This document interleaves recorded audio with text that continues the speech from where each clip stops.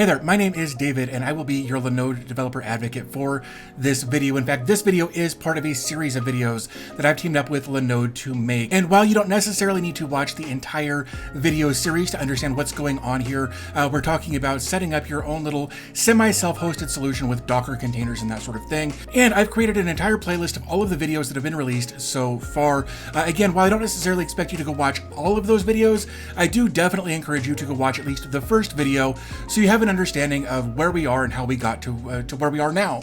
In this video, we're going to take a look at self-hosting a search engine solution called Whoogle. So if we jump over to the Whoogle hub.docker.com page, we can see right here it says, get Google search results without any ads, JavaScript, AMP links, cookies, or IP address tracking. It's easily deployable in one click as a Docker app. I don't know if I necessarily like that wording, but it is very easy to deploy.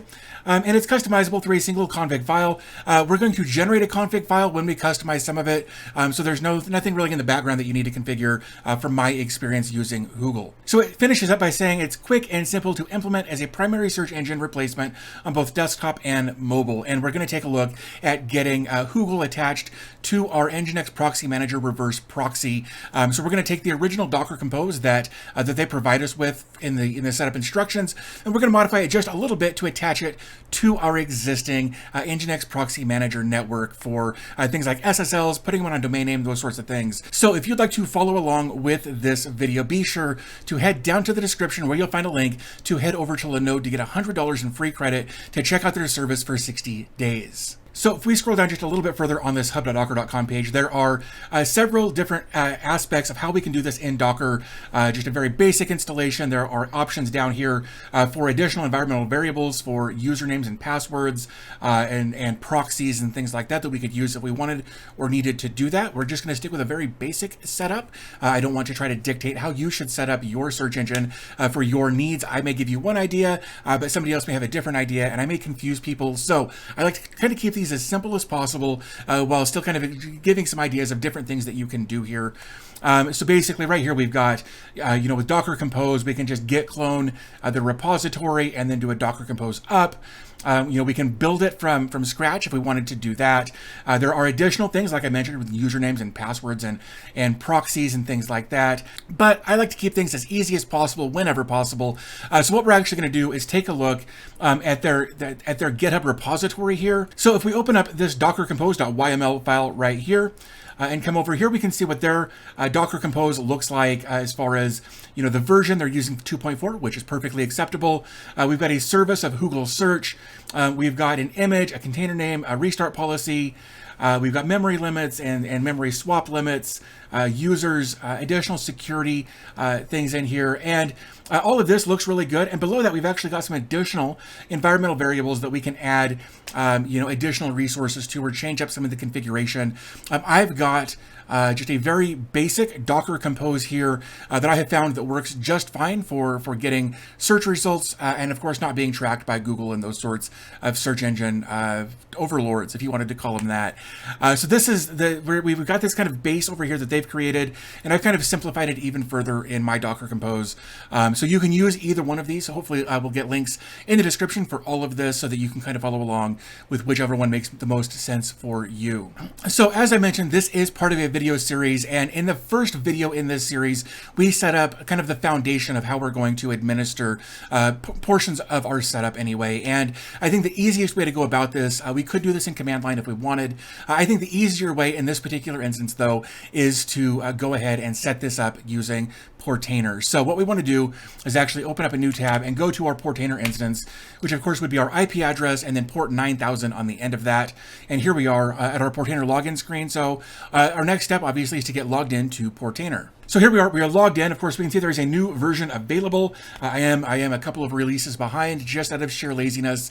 You should absolutely look into updating your Portainer if you haven't yet. So the next thing we want to do is go ahead and just open this up and then come over here to stacks. We're going to add a stack to this, and we're just going to call it Whoogle. We can see that right up here at the top. And then what we want to do is copy and paste the Docker Compose that we've got available to us into this bigger area down here. So I'm just going to go ahead and copy and paste that in. And again, this is going to be very similar. We're on a version 2 Docker Compose, or in this case, stack. We've got a Whoogle service, we've got our image, we've got our container name, we've got ports 5000. If you're already using port 5000 for your setup, what I would advise doing is actually changing the 5000 at the first half before the colon on that line to change it to something else. Don't ever change the colon or anything after the colon on the ports there, because the Docker container has been basically programmed to respond to port 5000 on the container side of things. So don't ever change that side. We've got a network here of NGINX Proxy Manager default and restart policy of unless stopped. Those are both fairly standard. We've done this in all of the videos leading up to this video. Of course, we also need to declare the network here and saying that it's external because it was created previous to this Docker container being deployed. So this is a very basic installation of Whoogle, but will still offer you some privacy for your searches without getting bombarded with ads and other tracking features that search engines like to use. So once we've got all of this configured the way we want to, we can just scroll down, click on Deploy the Stack. Oops, found a tab ended. Okay, there's line 12. Yeah, there's a problem there. So let's go ahead and just make sure we don't have any tabs. These don't like to have tabs in them. You can hit spacebar as much as you want, but if you hit the tab button, it has a conniption fit. So make sure you don't have any tab indents. So then we can scroll down and click on Deploy the Stack. And if everything goes well, this will start token line 10. Oh, there's a tab there too. This is one of those things that happens. There we go. This is kind of part of the process of deploying things. Again, there was one there too, wasn't there?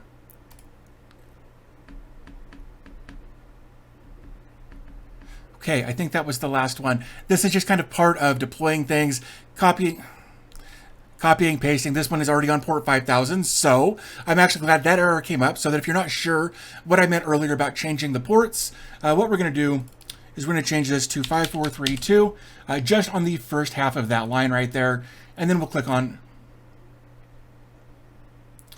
and now it says it already exists. So again, this is just stuff that happens, so we're going to go ahead and just delete this. We're going to remove there and click remove, and then we're going to come back and deploy.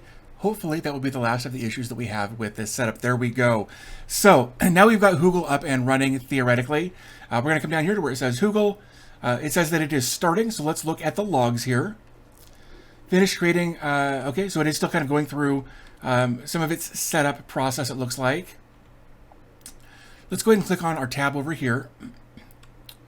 And there we go. Now we've got Whoogle up and running. Of course, the problem here is that we're on an IP address, and we don't want to have to remember an IP address if we're going to use this, you know, on our desktop or on our phone, things like that. So our next step will actually be to go in and set up a subdomain on both Linode and NGINX Proxy Manager, and then get an SSL deployed and kind of get all of this working together so that we have a subdomain for our Whoogle instance. So this is our Linode dashboard, and the next thing that we need to do now that we've kind of got Whoogle up and running is to come over here to domains, and we're going to open up the domain that we've got configured for this Linode. In this case, it is tutorialserver.xyz. So I'm going to click here. And then I want to create an A record for this. So I'm just going to copy the IP address next to one of these others. I'm going to click Add an A record. We're going to give it a subdomain in this case. Let's just call it search. And then put in the IP address of our server here to create that A record. Once we've got all of this, we can click Save.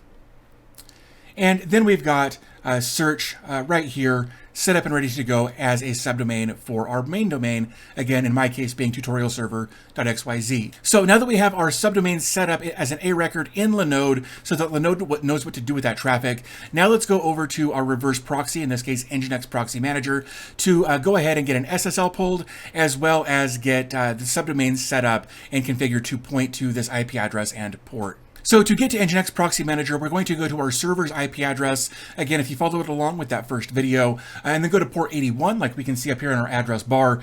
And then we're going to use the email address and password for our account to get logged in here. So I'm going to go ahead and type that in. Okay, so here we are. We're logged into NGINX Proxy Manager. And our next step will actually be to generate an SSL for the subdomain that we want to use. So we're going to come up here to where it says SSL certificates. Click there.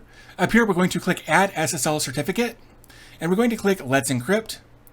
And then we're going to type in search.tutorialserver server.xyz, because that is the subdomain that we set up for this, and we're going to click test server reachability.